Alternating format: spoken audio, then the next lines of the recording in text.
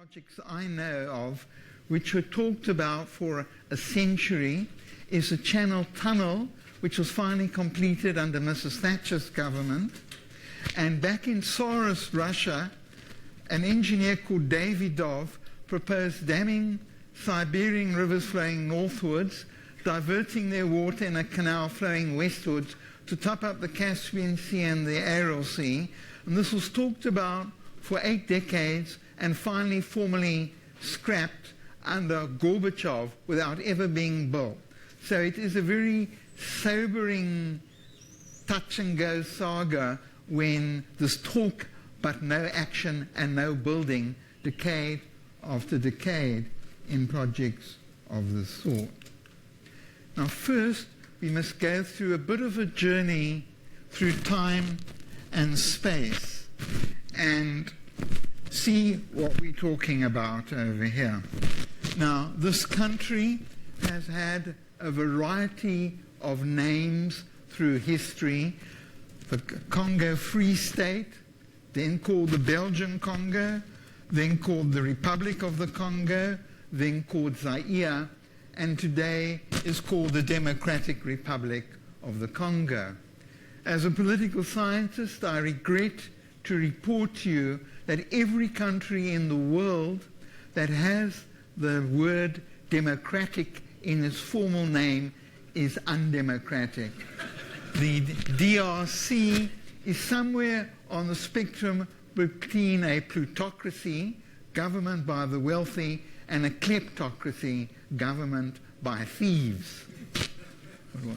Just to make life more complicated, the former Belgian Congo, with its capital then called Kinshasa, is not to be confused with the former French Congo, with its capital at Brazzaville. And the DRC is a bigger nation than South Africa. There's a probable 75 million people in the Congo, which makes it the 4th largest nation in Africa. Its capital, Kinshasa, is around here and has 8 million residents, which makes it the 3rd largest city in Africa. And the Inga Rapids, which we'll be talking about, are over there. So we just get a sense of the where we're talking about. Now, to move from history into geography, tropical rivers have all got a flood season which is short and a dry, low water season which is long. And this means the civil engineers have to build huge dams with enormous storage reservoirs behind them to dispense that water evenly throughout the year. Kariba Dam resulted in the largest man-made lake in the world, Lake Kariba behind it. Further downstream, we have Cahora Bassa with a huge lake behind that. Up in the north, we have the Aswan Dam, behind which is what the Egyptians call Lake Nasser and the Sudanese call Lake Nubia over there. Now, by contrast to these tropical rivers, the DRC lies exactly on the equator running through it.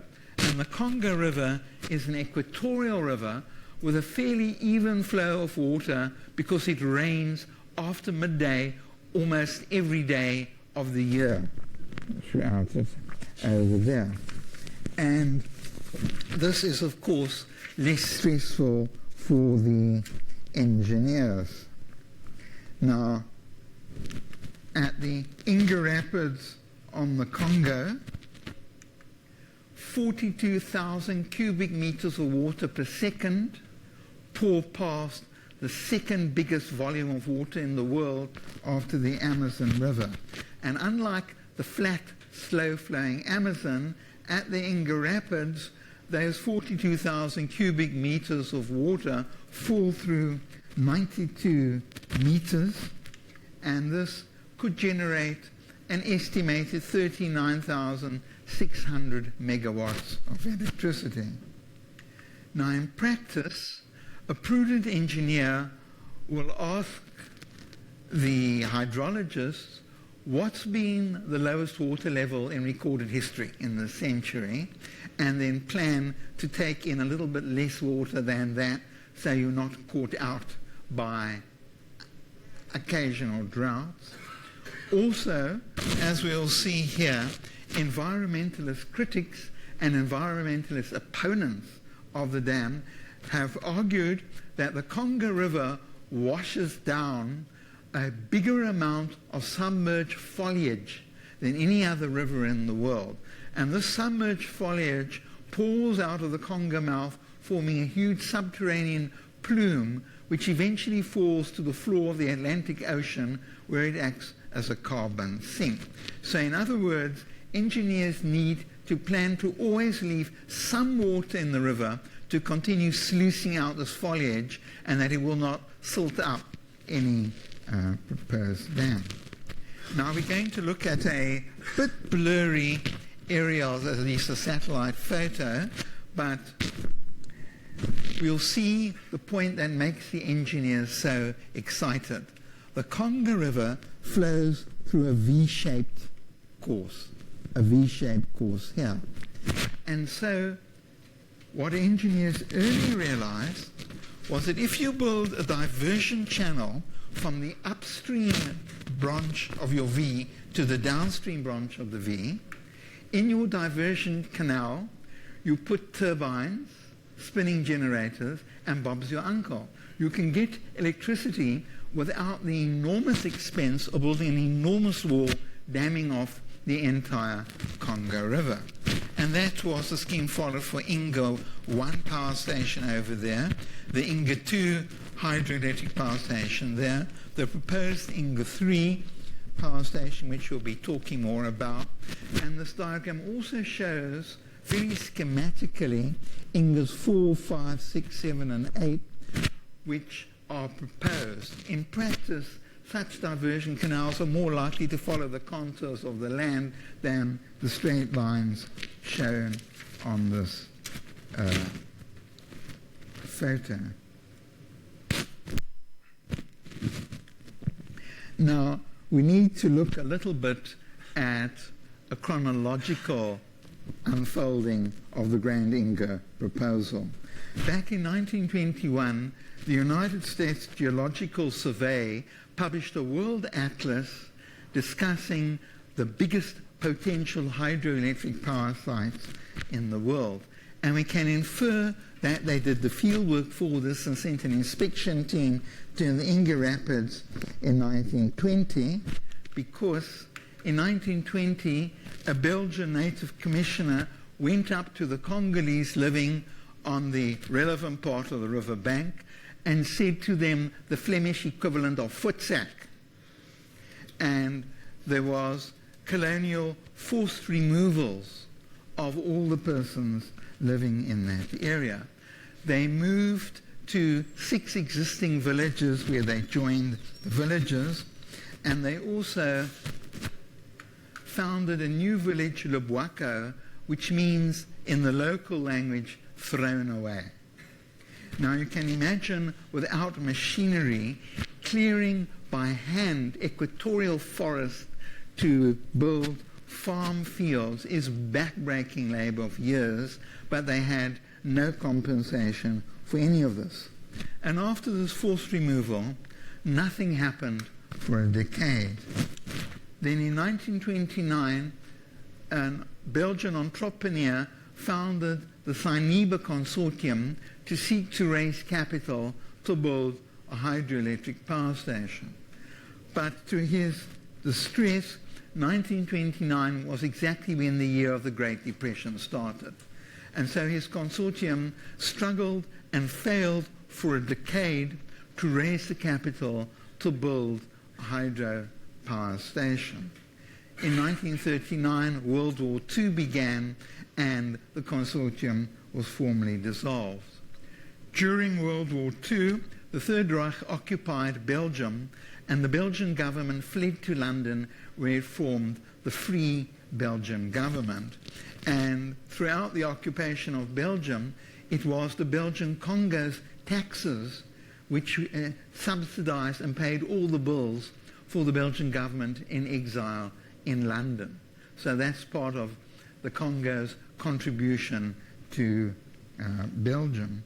And during World War II, it was uranium mined in the Katanga province of the Belgian Congo, given to the Americans, which was used in the atomic bombs on Hiroshima and Nagasaki.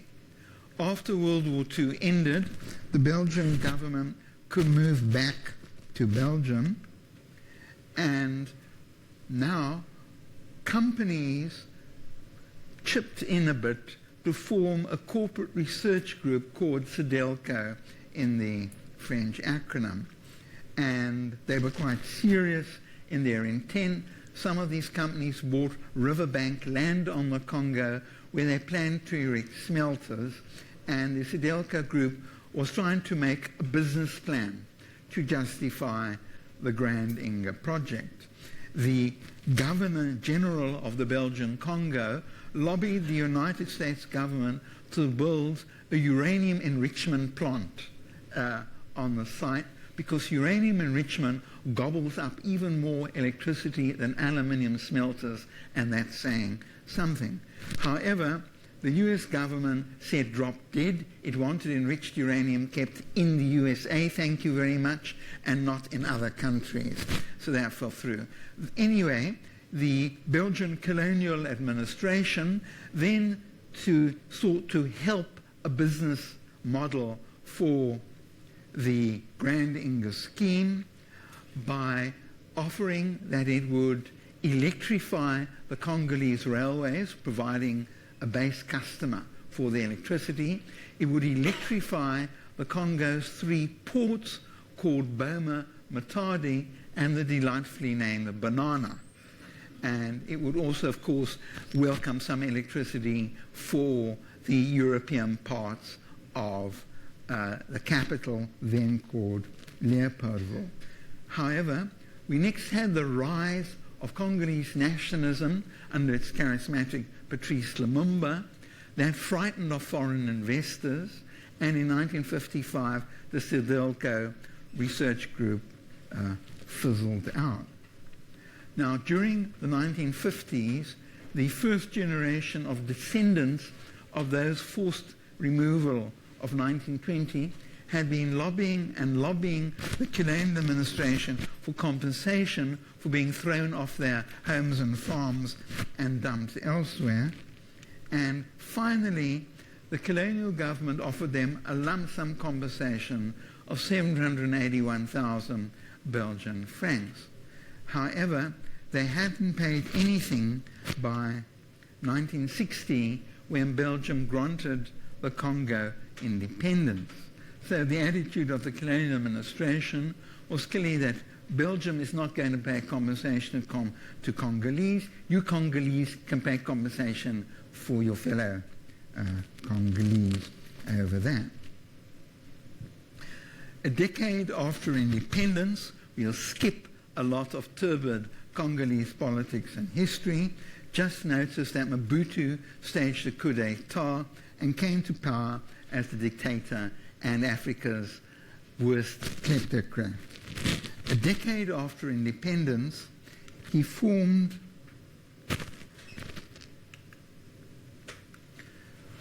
I cannot pronounce the French name, but the acronym is SNEL, and it is the Congolese equivalent of Eskom.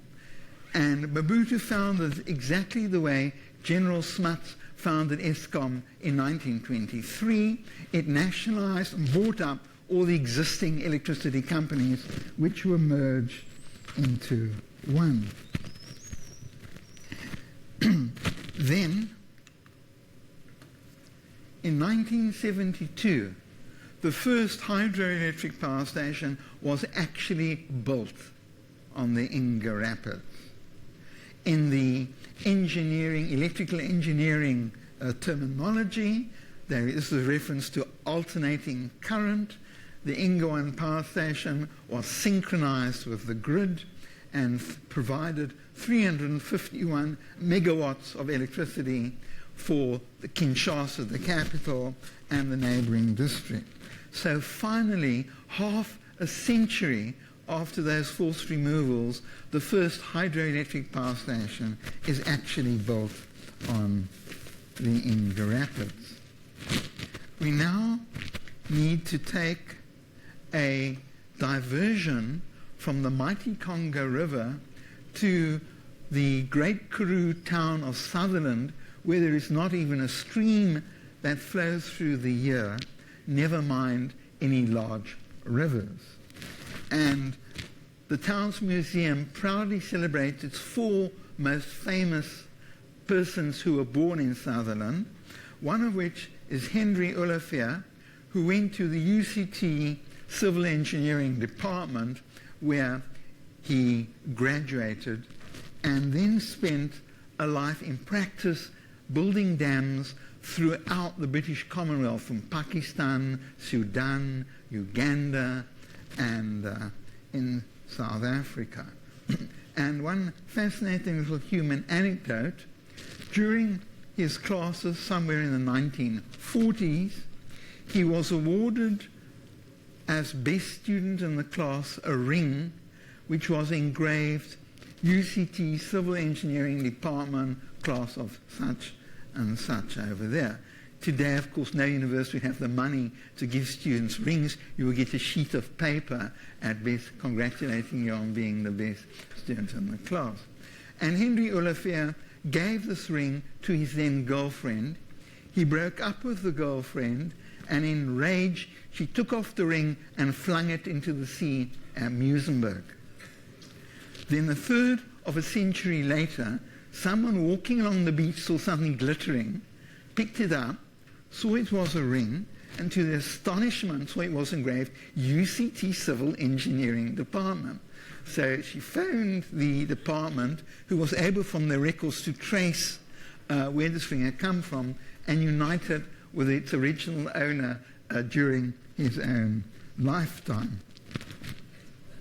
Now, Henry Olivier was fascinated by tremendous advances in the transmission of electricity that were being made in the 1970s. Engineers had discovered that by using unprecedented high voltages in the hundreds of thousands, you could transmit electricity further than ever before through direct current, as opposed to the alternating current, which is in all the electricity as we plug it in to the wall. And in 1976, in his book, Great Dams in Southern Africa, Henry Olivier proposed that to take advantage of these new advances in electrical engineering, dams should be built on the Inga Rapids as the center of a pan-African electricity grid, something which would have been impossible in earlier decades. For example, back in the 1950s, the Kariba Dam had the world long-distance record because it transmitted electricity about 300 kilometers to Salisbury, today called Harare. So there have been extraordinary advances in electrical engineering in that time.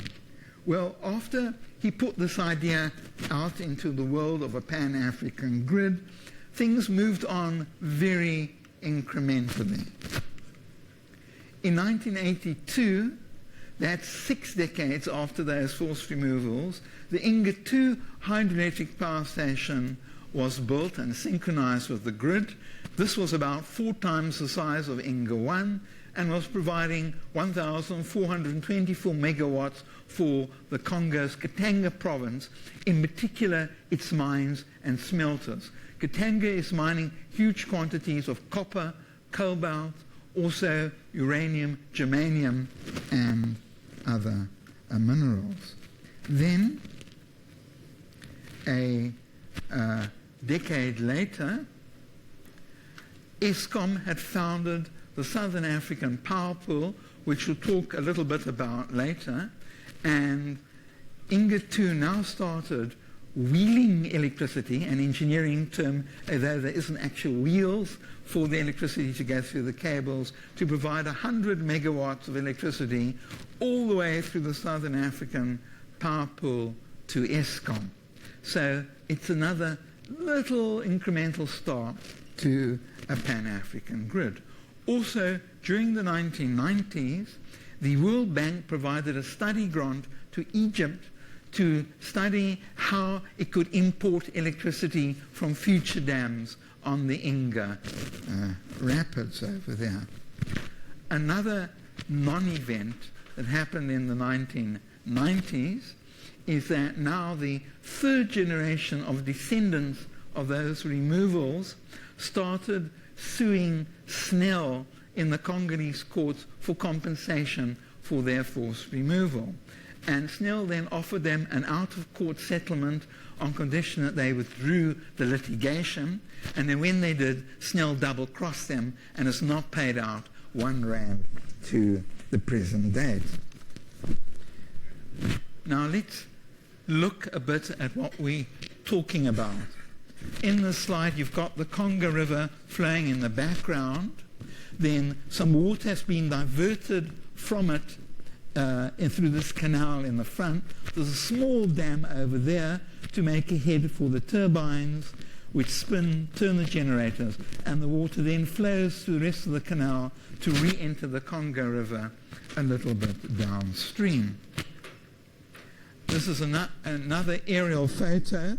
This, notice, is not the Congo River, it's a diversion canal from it, and you get an aerial view here of the pipes leading to the turbines and generators. And here's a closer up view of it. Now, to get to some details of what I mentioned a little bit earlier, the Inga 2 cables run along this orange route all the way there to Congolese. So built in 1982, that sends the 1,424 megawatts through 1,774 kilometers. And in 1982, that became in turn the world long-distance record for the commercial transmission of electricity. And this led up to the next stage. In 2003, Eskom approached its counterparts in Botswana, Namibia, Angola, and SNEL and proposed they found a new joint company to be called Westcor for the Western Power Corridor. And Eskom and its counterparts incorporated Westcor as a company in Botswana, and the goal of that company was to build the Inga 3, the third hydroelectric power station, with a Western Power Corridor running directly south from the Inga Rapids straight through Angola, through Namibia to Cape Town. And this they proposed to run at 600,000 volts to minimize losses. That is where electricity leaks out as heat in the cables. In the next year, 2004, they signed a memorandum of understanding on this. In 2005, Westcor undertook a pre-feasibility study. But now SNEL was getting increasingly uneasy that all this talk was not accompanied by Eskom putting up the capital to actually start building the cables and the dam there. And this was very unlike the fact that the South African government was at that time spending 8 billion rand wasted on the Pebble-Bed modular reactor, but 0 million rand for Inga 3. So the DRC considered that Eskom was not serious about this and withdrew in cynicism in 2010, and the Westcor company was wound up in 2012. So we had there a whole decade wasted, and there was no alternative to have to start all over again from scratch. In 2013, the bureaucrats from Eskom and SNEL met and signed a memorandum of understanding again. Then later on, the diplomats negotiated a framework treaty between Eskom and SNEL. And finally, in October 2013, Presidents Zuma and Kabila were flown in for the ceremonial signing of the Grand Inga Treaty in front of all the media. And this treaty spelled out all the things that had been missing in the West Core attempt of the previous decade. First of all, in the treaty, Eskom agreed to provide 15% of the capital towards construction of Inga 3.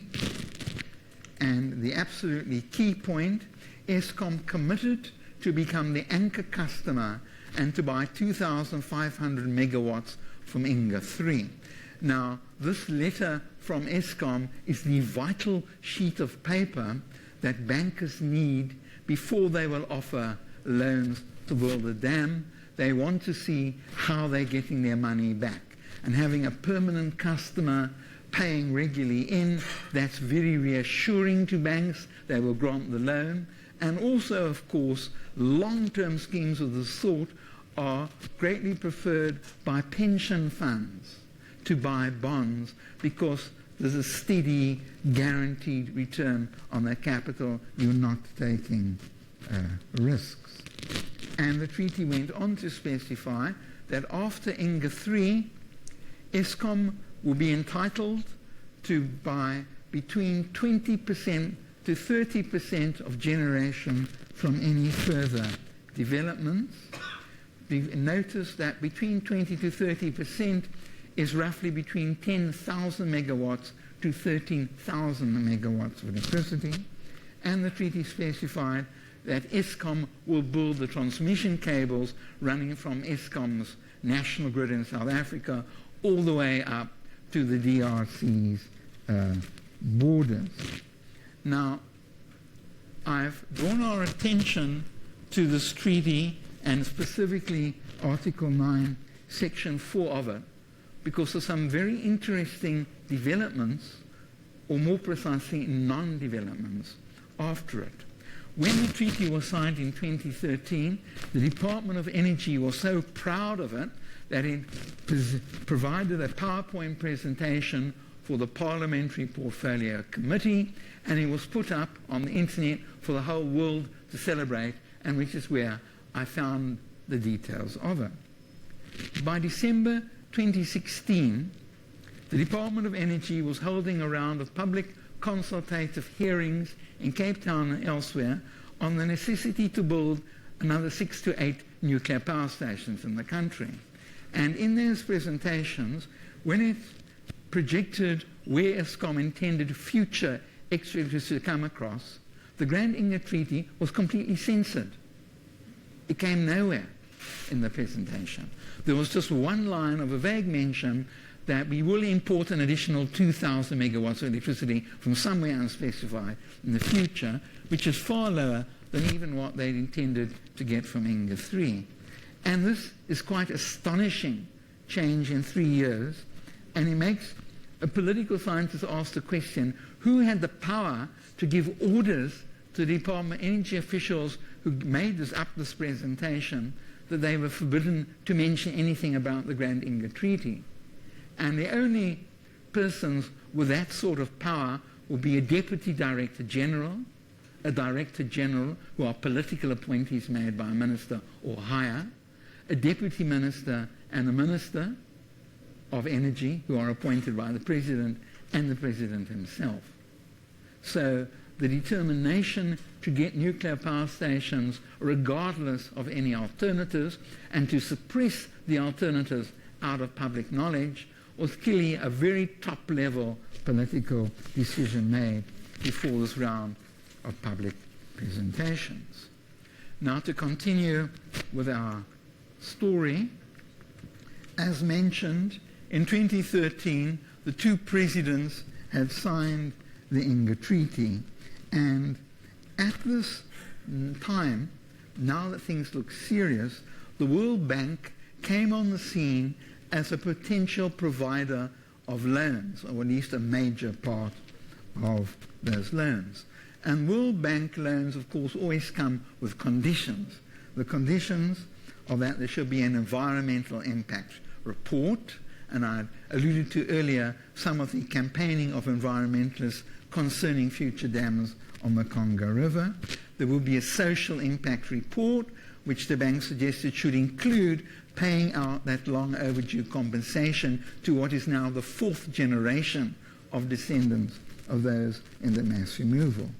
And above all, the World Bank was so appalled at the Congo bureaucracy, it didn't use the word thieves, it used very diplomatic understatement like, quote, a fragile governance environment, unquote.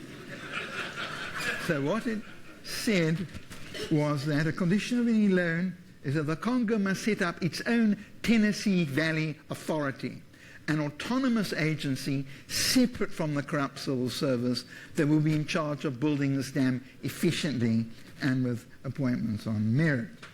And the acronym for the Inga Development Authority in French is the Inga Promotion and Development Authority, ADEPI. And this is said will be a condition of any future loans.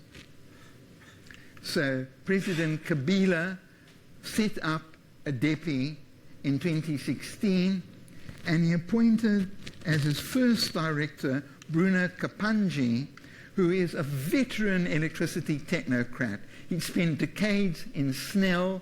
He'd been concerned with power pools linking up the DRC with some of its neighbors. So it can be seen as a meritocratic appointment to take off the project and to assure potential investors of it there.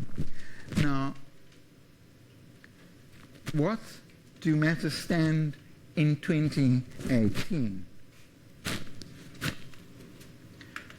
The earliest possible date for building to start on the third hydropower station would be before December this year, and no one in this room will be surprised if in fact there are further delays if we judge it by the historic track record of this project.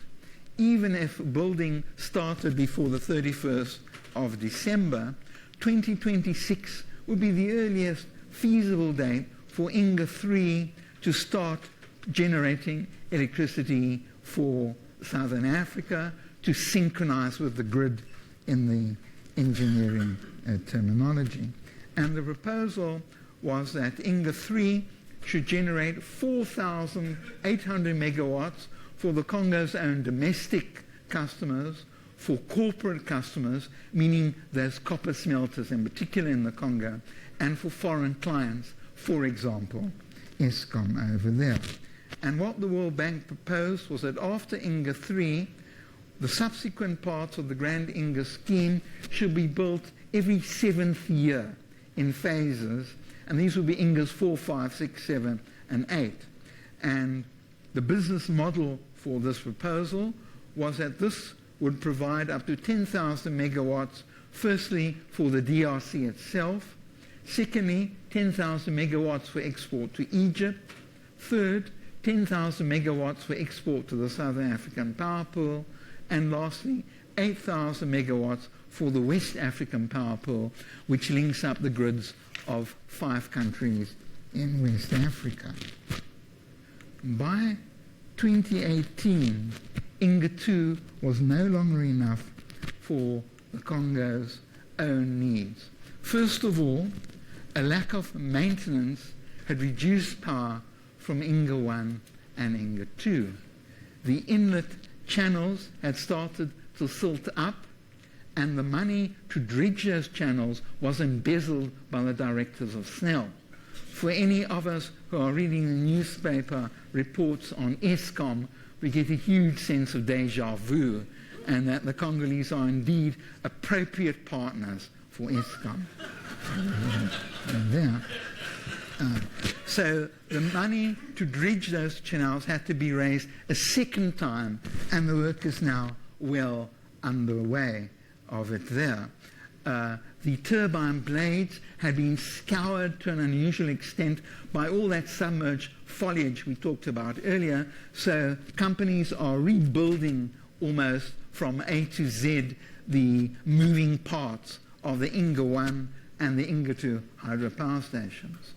With this reduced power in 2014, the Congo's Prime Minister had to cap the electricity that SNEL could provide to Katanga's mines and smelters, who as a result, the Congo's mines and smelters are now importing 100 megawatts of electricity from new hydropower stations in Zambia across the border.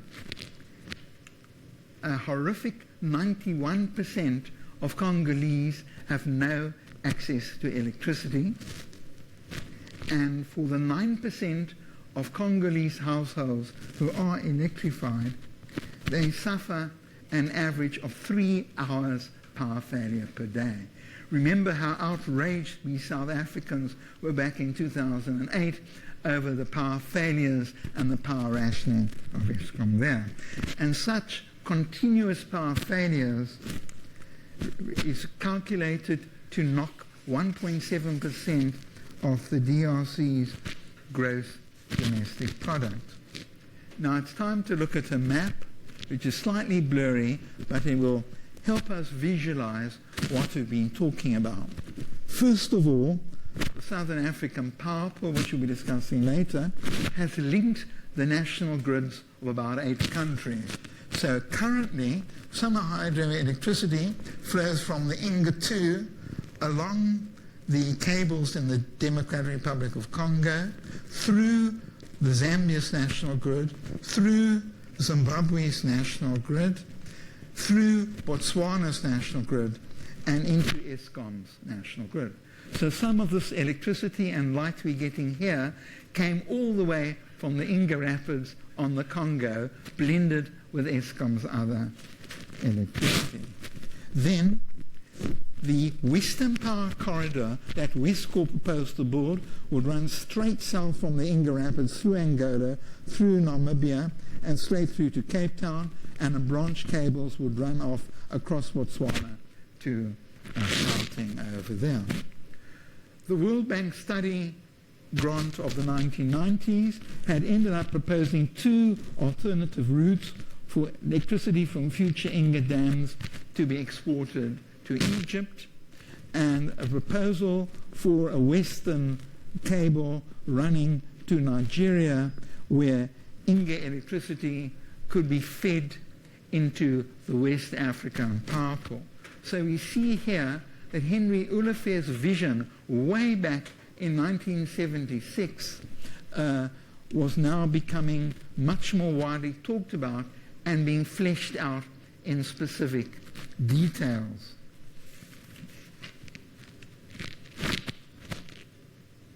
Now, let's look at that Southern African power pool that I mentioned a little bit earlier. Eskom took the lead in setting this up, and it has already linked up the national electricity grids of South Africa, Botswana, Lesotho, Namibia, Swaziland, the Democratic Republic of the Congo, Mozambique, Zambia, and Zimbabwe. This makes it geographically the largest power pool in the world, larger than the European Union's power pool. And how it works is that each company puts up any surplus electricity for sale at prices that will apply 24 hours from now, and electricity utilities which are running short put in bids to buy the electricity. So it's a daily fluctuating price on this. And as mentioned, part of this is that Inga 2 is transmitting 110 megawatts to Eskom. And this runs through 3,757 kilometers of cable through the DRC, Zambia, Zimbabwe, Botswana, South Africa, which might well be the current world long distance record for the transmission of electricity.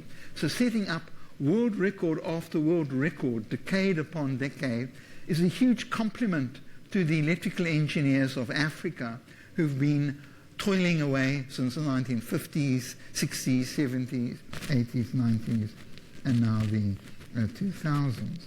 And the Southern Africa had proposed that Western Power Corridor we talked about a little while ago, And he got as far as Eskom sent land surveyors who went through the DRC, through Angola, through Namibia, to finalize the route where they would have to buy rights of way, but it's not yet being built to date. So we should keep watching each year and see what happens over there. Now, let's update these developments.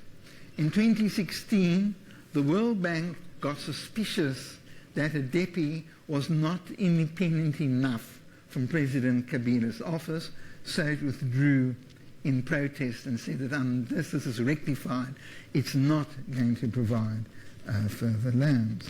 The next development was the open tender bidding auction had gone ahead for Inga 3, and the two finalists were a Chinese consortium and a Spanish consortium.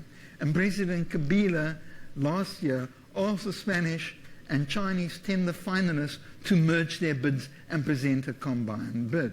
I presume that one reason for this is that with the withdrawal of the West Bank, Kabila was hoping that the Chinese tenderer in particular could organize a lot of vendor finance through China's banks, through the Asian Infrastructure Development Bank and others, plus of course the BRICS-owned bank, the New Development Bank, the African Development Bank, the Development Bank of Southern Africa, the Industrial Development Corporation. These will all be other potential providers of capital if the World Bank had withdrawn.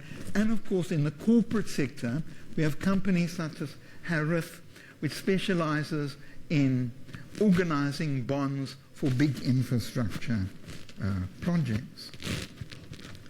Then last year, Bruno Kapanji, who we talked about, proposed that Inga 3 should be more than doubled in size to generate 10,000 megawatts itself, so as to benefit from economies of scale.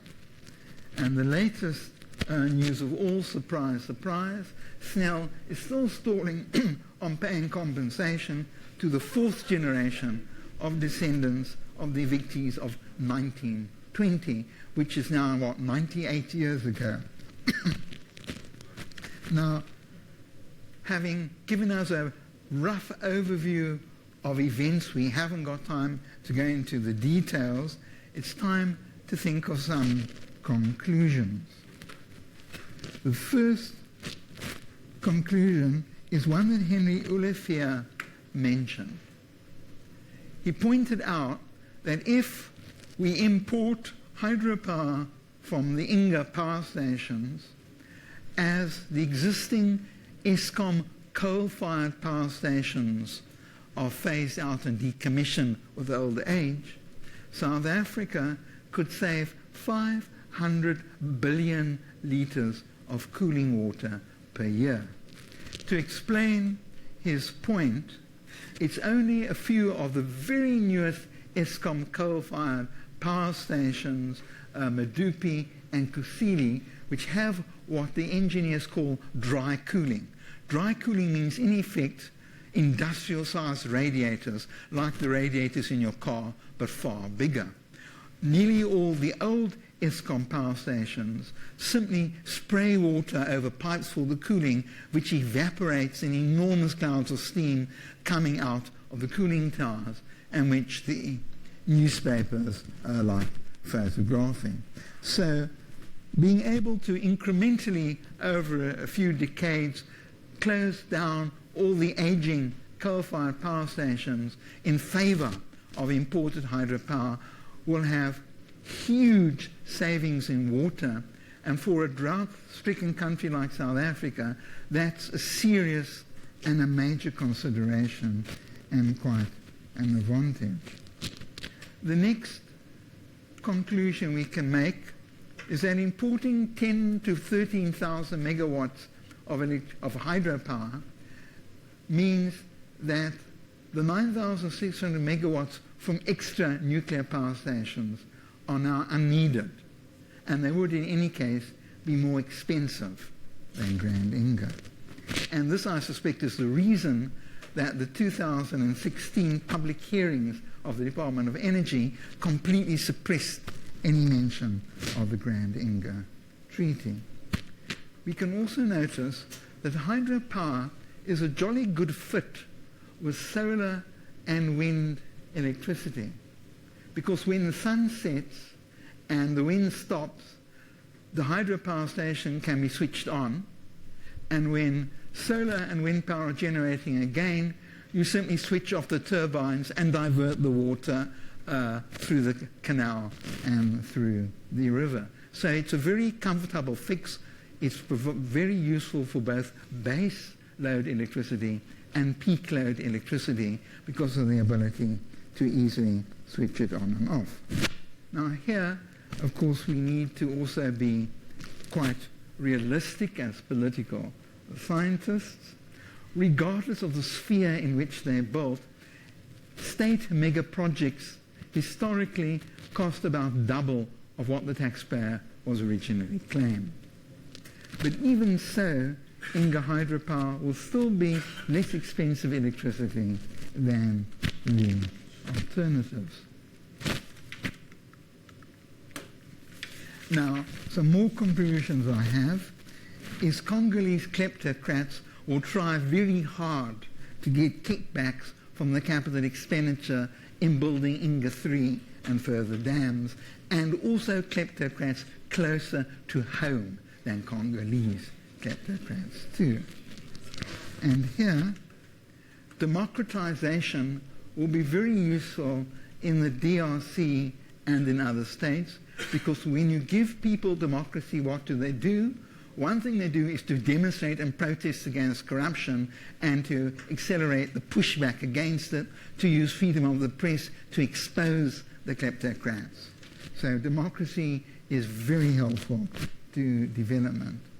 And we should notice that the overall impact of future Ingas will be to deepen the diplomatic and economic integration between South Africa, the Democratic Republic of the Congo, and other Southern African development community states which are connected to the Southern African power pool. And this will clearly be a net positive factor for both peace and for development. Well, this is an overview of some of the facts and some of my thoughts on this scheme. I have an academic article on it. It is available online, but the publishers have a nasty habit of demanding you pay hundreds of rands for your credit card to view it online. So it might be better to get it from the UCT's SAGA library, where it appeared in the Canadian Journal of African Studies. Well, thank you for going through this journey in time and space with me, and I'm now at your service for any questions or comments you want to make.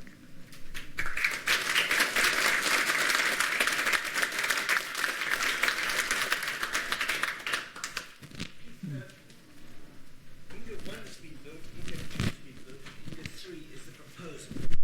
Yes. Inga 3 hasn't been started. Inga 3 is not yet started. So those pictures you showed us were Inga 2. Yes, yes.